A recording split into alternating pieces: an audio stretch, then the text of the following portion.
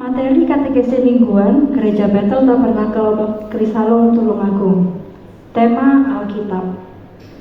Katekese minggu ini kita akan membahas tentang Perjanjian Lama. Dalam Alkitab kita, Perjanjian Lama terdiri dari 39 kitab yang berasal dari kitab orang Yahudi. Dalam tradisi Yahudi, kumpulan kitab ini disebut sebagai Tanakh. Dan kata Tanakh sendiri adalah sebuah singkatan dari 3 kata. Torah yang berarti Taurat, Nevi'im yang berarti nabi-nabi, Ketuvim yang berarti tulisan-tulisan. Dalam agama Yahudi, isi Tanakh hanya terdapat 20 kitab.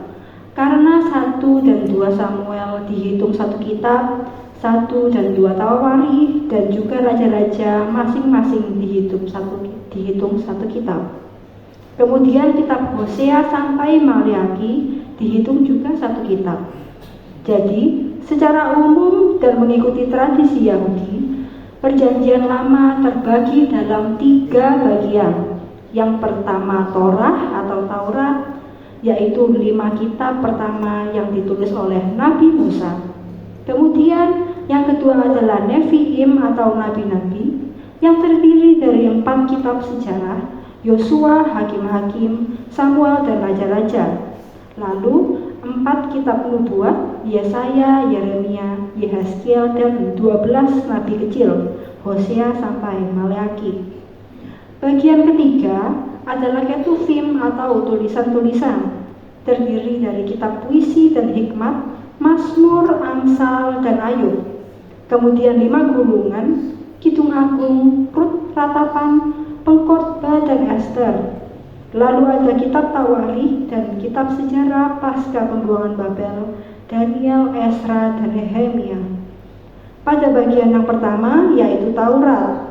Kelima kitab itu adalah dasar hukum dan perjanjian antara Allah dengan Abraham sampai Israel dan perjalanan bangsa Israel dari Mesir menuju tanah perjanjian. Kemudian bagian Nevi'im adalah sabda Tuhan yang disampaikan dengan perantaraan para nabi dan perjalanan bangsa Israel semasa di tanah terjanji. Yang terakhir Ketuvim adalah kitab-kitab berisi hikmat, doa, dan refleksi sejarah. Secara struktur, Perjanjian Lama sudah lengkap dan hanya menantikan penggenapan janji-janji Allah yang akan mengutus Mesias. Sampai sekarang, bangsa Yahudi masih menantikan penggenapan itu. Tetapi, dalam iman kekristenan kita, Perjanjian Lama sudah tergenapi dengan kehadiran Yesus sebagai Mesias. Tidak semua hal dalam Perjanjian Lama berlaku bagi kita orang Kristen non-Yahudi. Karena itu, dalam membaca kitab, kita tidak bisa menafsirkan sesuka hati. Ada banyak aturan-aturan dalam Perjanjian Lama yang tidak berlaku bagi kita. Gereja-gereja yang salah tafsir akan mengenakan hukum-hukum dan aturan-aturan Perjanjian Lama pada jemaatnya, yang adalah orang tebusan Kristus.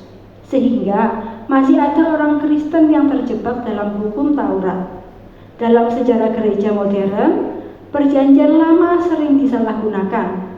Sebagian dari aturan dan hukum dari Perjanjian Lama diberlakukan oleh pemuka-pemuka tanpa melihat konteks demi keuntungan petinggi gereja. Lalu, mengapa kita masih memelihara Perjanjian Lama bila sudah diperbaharui dengan Perjanjian Baru? Perjanjian Lama adalah kitab suci yang digunakan oleh gereja perdana. Sebab pada masa itu kitab dan surat Perjanjian Baru belum ada. Oleh sebab Tanakh sudah digunakan sejak gereja perdana, maka hal itu diturunkan juga sampai sekarang. Selain itu, Perjanjian Lama juga mengandung sabda Allah yang kita sembah.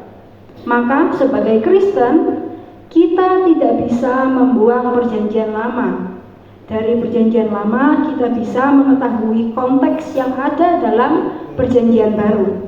Sebab bagaimanapun juga, keterkaitan Perjanjian Lama dan Baru tidak mungkin dapat dipisahkan.